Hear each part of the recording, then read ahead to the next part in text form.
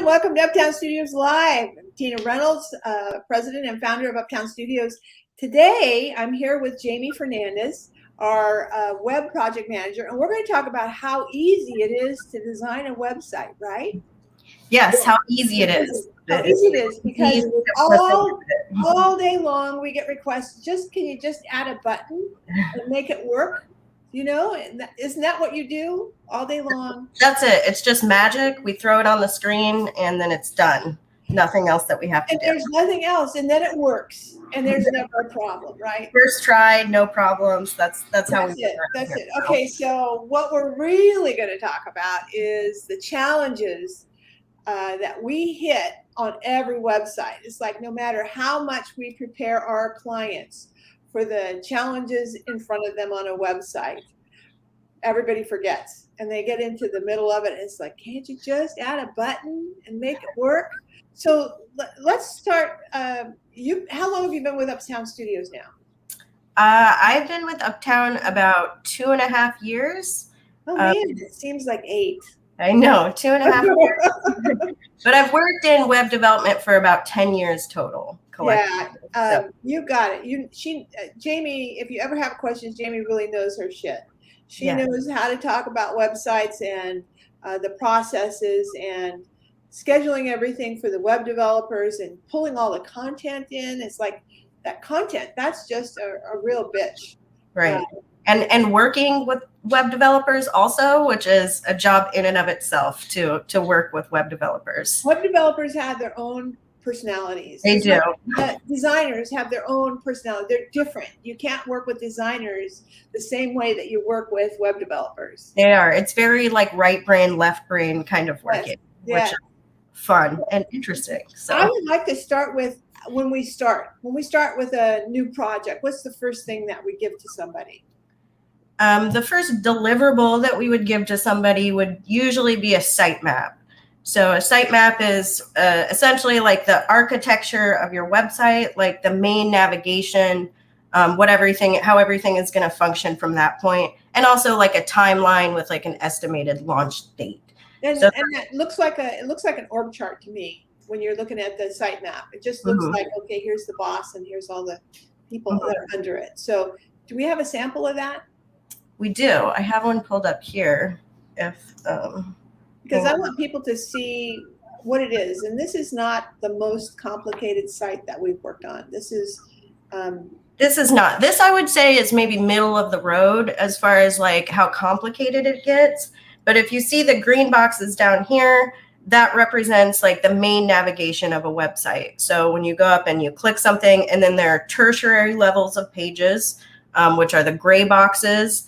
And then the white boxes represent sort of the content hierarchy that's going to be on every page. We do user flows sometimes where we create sort of, you click here and then it goes to here and it goes to here, sort of a story, like a user experience. That's not what this one is, though. This one is mainly just top navigation, content on the home page, and the primary navigation on the web. When we're talking about, once this is approved, then you start collecting content for each of these pages. Is that what you're doing? Yeah, the process can vary a little bit depending on what we're contracted to do. So for instance, if we are writing the content, then sometimes we'll go straight into content because we can sort of create it. So the content informs the design and the design informs the content. So we're kind of doing both of those simultaneously. So usually we'll do a sitemap, we'll collect a little bit of content or write a content, or at least have a content hierarchy, which is what you see here. You see on the homepage here, we're going to have about, we're going to have events, membership benefits, testimonials. So then the designer kind of knows in their head how it's going to look. So we'll start collecting content, and then we'll go into like a more fun part of it, which is like creating the homepage, the design. Yeah. So with this, I mean, this has gotten quite a few pages. What is a small site would have about how many pages? A small site would probably have maybe 10 to 15 pages. Okay. On the low end. A large site what, over 100 pages? Over 100 pages. I mean, Stack Splash, which is one we've been working on, I think we're at like 145 or something. Okay. So, And it gets big and complex. That's when a sitemap for a site with that many pages is much more complex than this. And it gets so tiny you can't read them.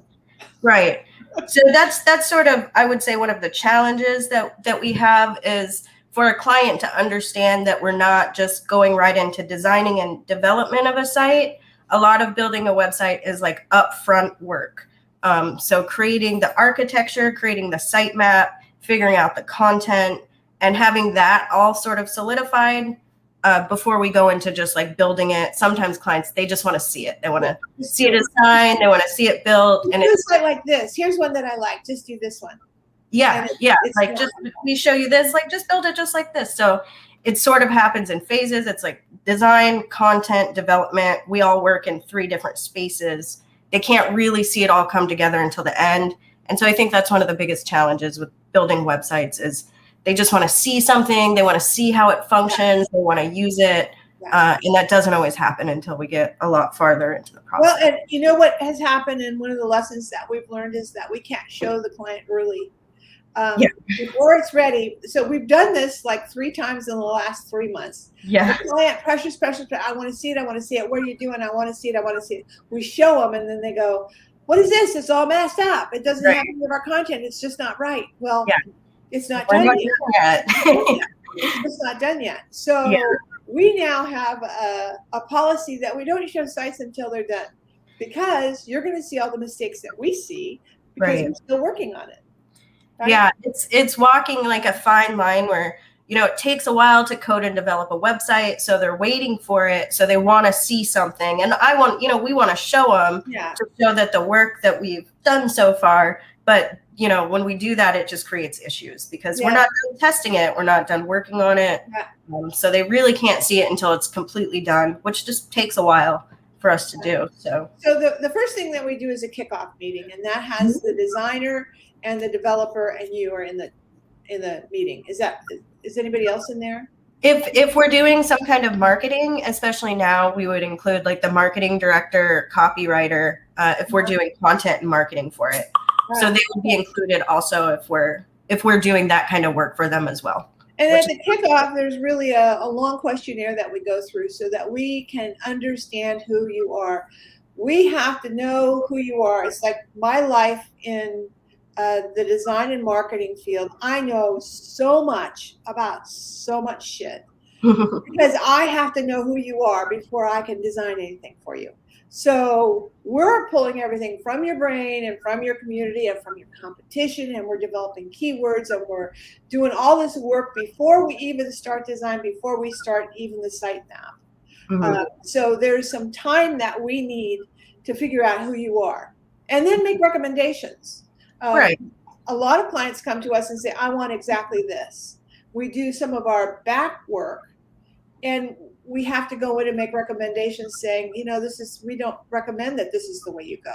How about this and this? We'll do this, what you asked for, but we're going to do some of this too. Right. We try to infuse as much like expertise into it as we can. And again, it's a client by client basis. Sometimes clients come in with a really clear idea of exactly how they want their website, and that's fine. Sometimes we'll do that. And other times they really rely on us to create something based on our expertise. Yeah. So we have a kickoff meeting, and then you start on the sitemap. Is that correct? Yeah. Right. Kickoff meeting, and then we do version 1 of the sitemap. So based on the information we gathered from the kickoff meeting and research, we'll look at competition sites, sort of get an idea. We'll create a proposed sitemap for them that we send over. Sometimes we'll do another meeting so we can look at it together. If it's a more complicated site like this one, usually we'll do that. If it's pretty simple, we can just send it over. And then depending on the complexity of the website, we'll do a couple versions of the sitemap and architecture until we get it just right. So sometimes the sitemap takes the longest of any part of building the website. Well, and that's our guide. It's like our table of contents. Right. If we don't have it right, you can come back 3/4 of the way through and it's going to change everything. It's expensive. So we get your sign off. We know that you approve it. everybody understands what we're doing, and then we move forward. Yeah. And if you have an existing website, and we're migrating content, it's also about sort of organizing that information into a sitemap that makes sense. So sometimes people have these big sites that are just not user-friendly and all of this information. So we have to take that and then organize the information so it makes sense on a new website, which is why the sitemap phase takes a long time. So we're really working in there that visitor experience. UX, UI, where we're looking at a site and where do people go and what are they expecting to see there. And we make a lot of recommendations based on that too. As people are going to a site, what are they expecting to see? And it may be different from the business owner's perspective. They may be, I know my business, but they may not know their visitors so well.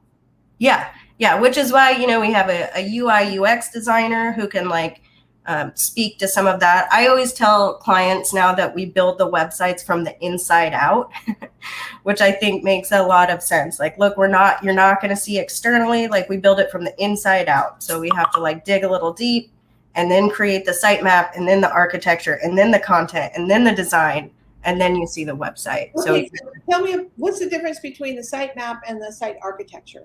Well, they're both sort of one and the same. So if we do wireframes or architecture, we'll do that on sites that are a little more complex that might need it. So not just the primary navigation goes to a page, but maybe primary navigation goes to a page that is one page that has links out to other pages that maybe even link out to other pages. Okay. So if it's a big site, it requires an architecture, but for smaller sites, they don't always need it. Okay. All right. Well, that's good. And so once the sitemap is done, then it goes to design. The designers have met with the clients all along, so they're getting the feedback and understanding the nuances from the meetings. And so when they start, what does the designer need? Well, it depends. Again, some of them will have a style guide already or brand colors. Some of them go into the website process already having, we have a logo, we have these colors with an idea of how they want it to look.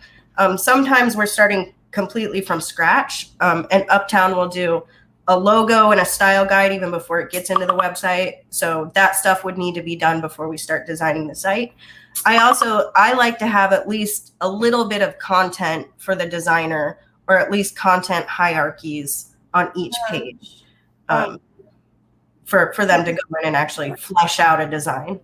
So in the design phase, the client is going to see, and we use Adobe XD to create the designs, which is an interactive way to look at a website. And so it has all the colors and the fonts and a little bit of content, so that what we find is if we use lorem ipsum, the Greeking type on websites, people will get freaked out. What is this? I can't read it.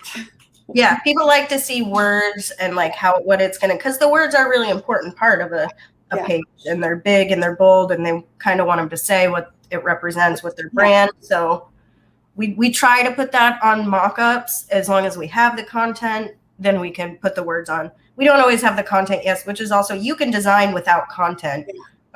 It's just easier to do it with knowing. Well, so much of the time, I'll get a client that calls up and says, I want a video.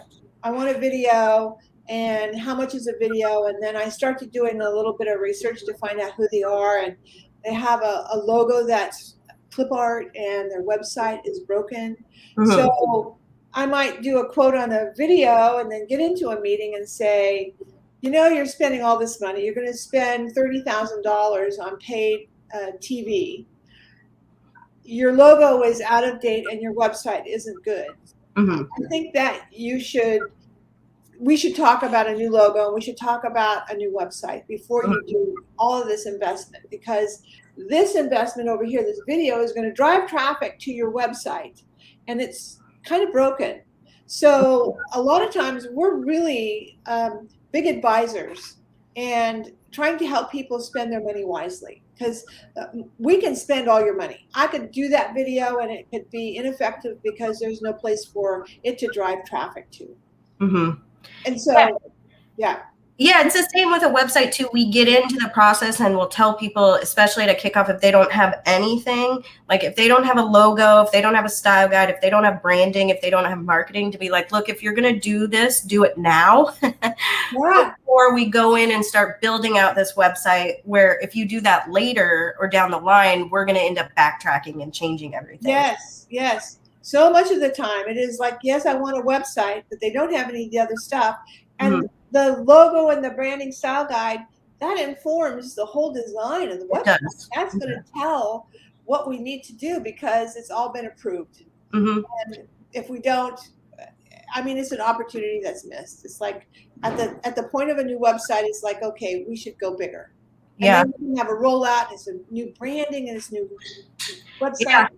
And I would say most of our clients now, our new clients that we have for websites, are doing that. Like they're signing for logos and style guides and marketing, and not just being like, build us a website. Yeah. I mean, most of the ones I have now, we're doing some other work, and that's all working sort of symbiotically to create the website. And the price range on a website ranges from $15,000 up. I mean, they can be $50,000.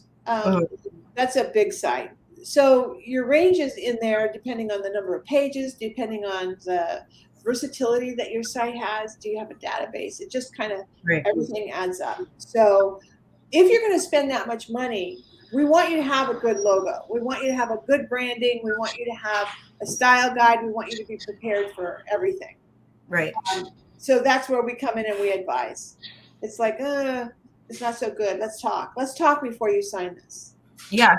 And it is cool with our site. I mean, development wise, we really can, I have found, do almost anything. There are some little sort of maybe sects of development that we can't do, but any ask that people have, typically we can figure out a way to build it or make it better. So and we do, all of our sites are WordPress, and we build them on our own templates, and we do everything in-house. We don't farm anything out. There's no offshore work.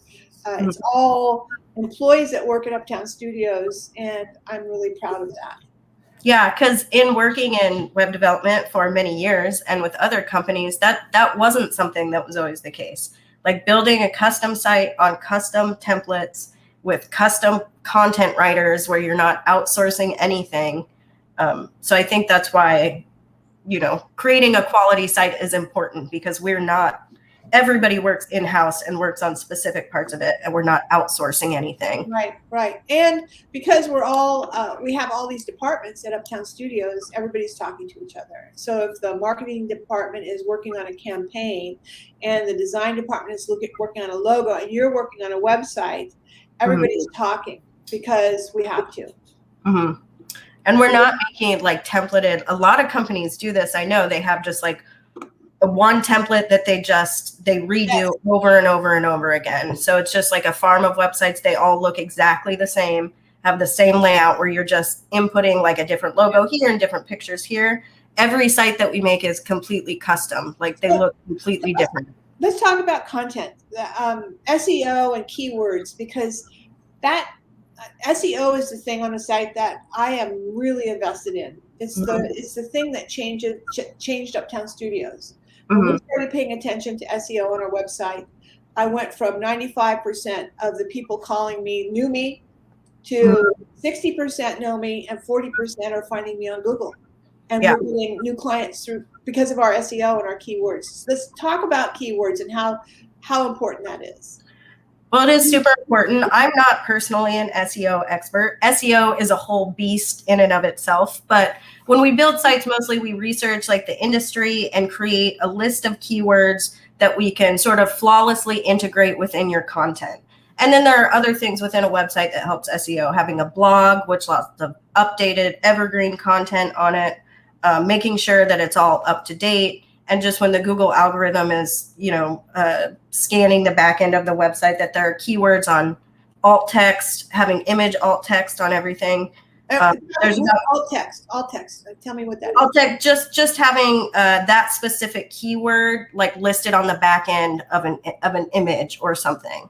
Anything that's there has when it's reading it, So instead of just putting default text that a title of an image is, you would actually have a keyword that describes what it is, which is also good for like ADA compliance and things like that. Yeah. It also takes a lot longer to build it that way, but it makes it more of a quality site. So well, and keywords are the words that people use in Google. Right. So we have graphic design. I want to say graphic design in many of our areas of content because Google's going to say, oh yeah, they really do graphic design. So if somebody is typing in graphic design Sacramento, Uptown Studio is going to come up on page 1 because we use graphic design in much of our content throughout the website. So it's organic content that people are going to find. That's what the keyword is. Yeah, it's whatever, when you're searching for something, the combination of words that you put into Google in order to find that service or industry or whatever you're looking for. We also continue to work on SEO post-launch. So we do SEO updates and because Google is changing their algorithm so much anyway, that with SEO, you really have to keep up and keep your website super up to date. And changes often. Yeah. And so it's like Google's algorithms and analytics. It's like anything that Google wants, I do. I am Google's bitch. If they tell me that we need to do this and this, then I'm going to say, okay, you guys, we have to do this and this. Yeah, they do. And they change it so much. And they used to be a lot more secretive about it, I think, than they are now, where it's people didn't even know like what like system they were using in order to pull up websites. And people still don't 100% know, but I think there's a little bit more of an idea of what you need to do now to get your website on page 1 of Google. Okay, so now we're at design, and the first design is just the home page. And that's to get the style and the look and the feel. That goes to the client, and the designer is there, and the developer's there, and you're there. That's right. With that meeting. Yeah. So we do a homepage design. Some places would do like a mood board instead, where you see like fonts and colors. We do a homepage, which kind of works in the same way, where they decide on like a style and the fonts and how the drop down menus and everything are going to look, like the look and the feel of the page. And once that is once that's approved, we start working on the internal pages of the website. So we don't design every single page on the site. We'll usually do about 3 or 4 designs depending on their needs. And then every other page on the site will follow one of those 3, 4, 5 layouts. So there's like a cohesion. So let's say that there's 5 layouts. There might be a homepage layout, and then maybe there's a like an about page, page layout, and then there's a content layout that talks about programs, and then there's a events page that has a different layout. So each one of those takes time that we design. So once the homepage is approved, then those other 3 or 4 internal pages will be approved before we go to development. That's right. And which is also why it's helpful for us to have some of the content up front, because that really helps us figure out what the most efficient internal pages will be to design. So if we can look at your content, we could be like, okay, we can design this page, which is going to also work for vendors and events and these 3 or 4 other things. We don't always know that unless we can see a lot of your content up front. So, okay, so let's say everything gets approved and then it goes to the developer. Do you have all the content then when it goes to the developer? Yes, I try to have 100% of the content done and approved. It's not always, doesn't always work perfectly that way because content is hard. People like to go back and change things, but ideally, in a perfect world for a perfect project, we have all of the content done 100% approved by us internally. The keywords are integrated, everything's edited. The client has approved everything. All of our internal pages are approved. The homepage is approved. And then we would send all of that over in a beautifully well done package to the developer, who would build out the site and add the content and build a website, which... Okay, I have a question. How many 100% perfect sites have we ever had? You know, Greg Sazima and Practical Mindful. Let's show that one. Let's show that site. Because that's one. I have it. Yeah, I have it up on my... okay. I don't know if... This is I'm already sharing. It was a small site, so it's easier to get 100% right when it's a small site. Site. So this is practical mindfulness. Am I? Yeah, I am here. There you are. This was a small site, But also it was just like really pretty, and he was great to work with. And it was just like a blog, resources, author. He has a podcast. So we made like a podcast page, did a little splash page. It's a very simple website. But it's also really pretty. I really like how it came out, actually. Yeah, simple, easy to follow. Yeah, so we have reviews, and then just his podcast, Meet the Author, and then Instagram feed at the bottom.